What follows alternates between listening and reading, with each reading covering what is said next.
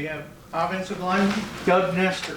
Questions for Doug? So Doug, when a team goes through some disappointments, had some adversity, as an older guy, how do you try to be a leader and handle that? Do you talk a lot? What do you do?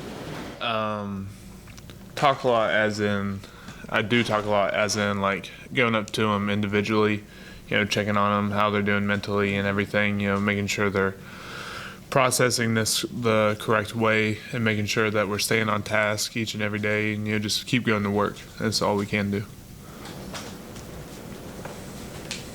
What's going to change this week to change the result from the last two games? What do you guys got to do as a team? During this time of adversity, all we can do is, just stick together and make sure we're all on the same page, defense and offensively, just become a cohesive group, really start playing, complementary football and just help each other out as much as we can. Has there been any change or adjustments just when defenses stack the box and try to get CJ going more, even the run game overall? And does more of that need to happen? I mean, we know that, teams are going to load the box and try to do different stuff against us, because our run game is what it is. And, being able to throw the ball like we have the past 2 weeks, I think helps set up that run game even more. So just being able to do that throughout the rest of the season will be very beneficial.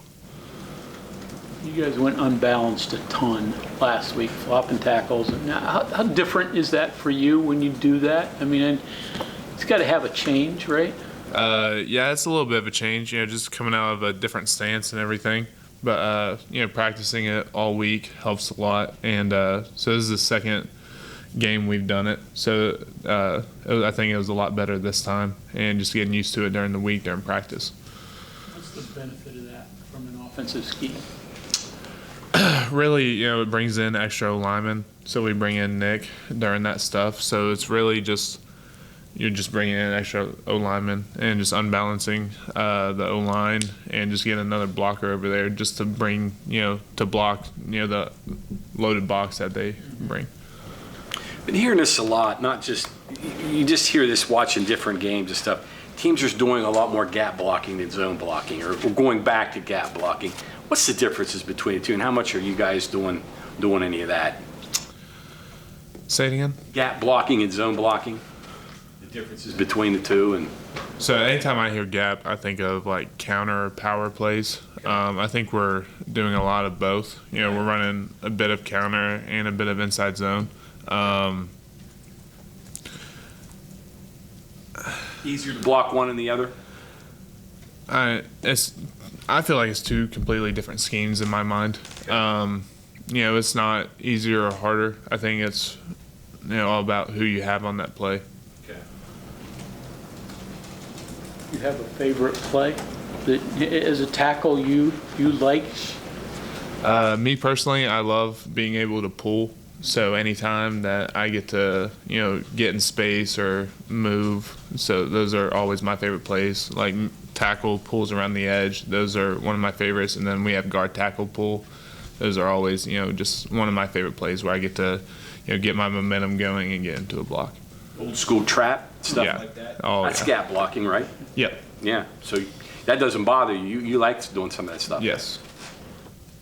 Get out in space, though, and now maybe it's a defensive back. Obviously, you got 100 pounds plus on him, but hard to get your hands on somebody like that. What's the plus minus there? So for those plays, you really have to trust whoever's running the ball. So their job is to help me set up that block as well. So my job is really just to somehow get my hands on them in any way, and that they're going to set up the block and read the block so I can really have a two-way go.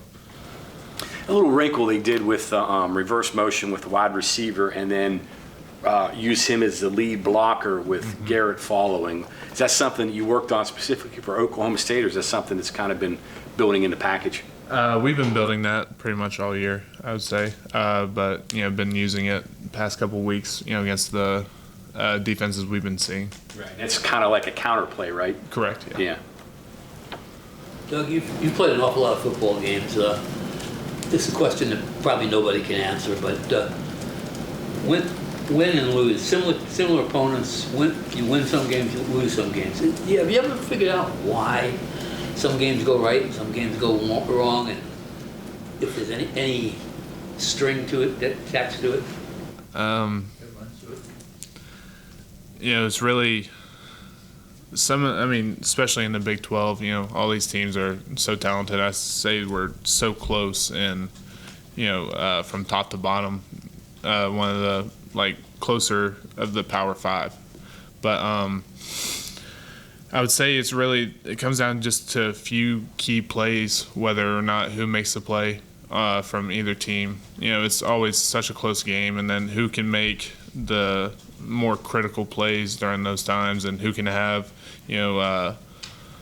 less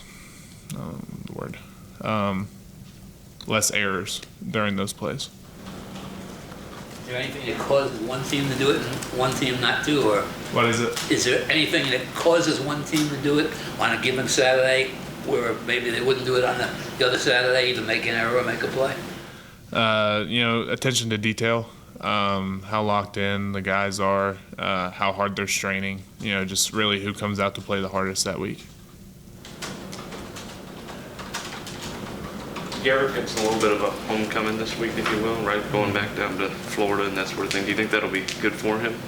Yeah, for sure. I know he has a lot of friends and everything down in Florida, and they come up here as much as they can, but I'm sure he's going to be super excited to get down there. Team you're facing is eager to get their first Big 12 win, so that's going to be, and they played well against Oklahoma last week, so certainly that's got your attention, right? Oh yeah, for sure. They're a super talented team. Haven't got to much film yet. It's just Monday, so we'll start on it later this evening. But I know the offense is very explosive, and they have some super talented guys. And defensively, I know they have a pretty solid D-line. And just the defense overall can do their job. More about you guys, though, what you guys got to do to fix the things that, you lose on a Hail Mary, and then you're up 24-20 going into the fourth quarter in a game it's hotly contested, and then, you drop a punt, and then kind of the roof caves in on you. So it's kind of a bit more about you guys a little bit, right? Oh, yeah, for sure. We're going to practice every day trying to, fix those mistakes so they won't ever happen again, because that's the main thing. We'll have mistakes, but just to make sure that they never come back. So go to work this week and, fix the finer details, still practice hard, everything we need to do. Second half of your senior season, so days are starting to wind down a little bit for you. Do you think about it? Do you think, I only got 2 home games left in my college career? Does that run through your head at all? It hasn't been until about today. I was actually, no, not you. I actually started thinking about it earlier. I started thinking about it earlier, thinking that it's about 30-some days left in my college career. Yeah. Wow. So, it's getting surreal. You went through a senior day last year, though. So you sort of a practice run. You may have had some of those thoughts. I may not be coming back last year. So was that, make this easier or harder that you've already done it sort of once? It makes it a little bit harder, honestly, because I know that this one, this senior day coming up will be the last one. Doug, when you prepare for a team that you said has had some tough days against the run, right? So when you're preparing for a team, do you look at what you all do that might fit into some of their weaknesses? Or do you try to find out their soft spots and figure out how you guys can take advantage of that?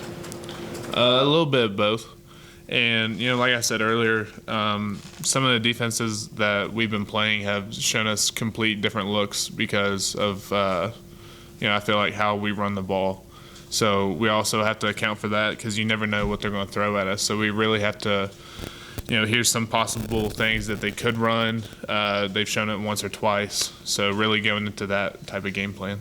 Right. And going back to the change-ups teams have thrown at you, I imagine it just temporarily short circuits you a little bit, but how do you recover? Is it on the sideline? Is it in the huddle? Like when does the recovery happen there? So yeah, I mean, it's mostly just we got to talk it through. We have to explain everything that we saw during the drive to, Coach Moore and all the offensive coaches. And, each position group needs to do that so they can, formulate a game plan there on the sidelines. Just to, the biggest thing for us is communication with the coaches. Last week, just more even front?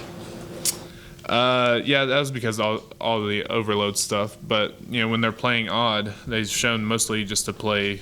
Oklahoma State showed mostly to play their DNs and nose just like straightforward. But they were twisting and moving every single play, trying to get their linebackers involved in the run game, and safeties downhill fast. In Houston, they don't spread out, shade a little bit. Like they stay away from Zach. I think a lot of people said, but anything different there? They didn't change up too much, as much as I thought they would. But yeah.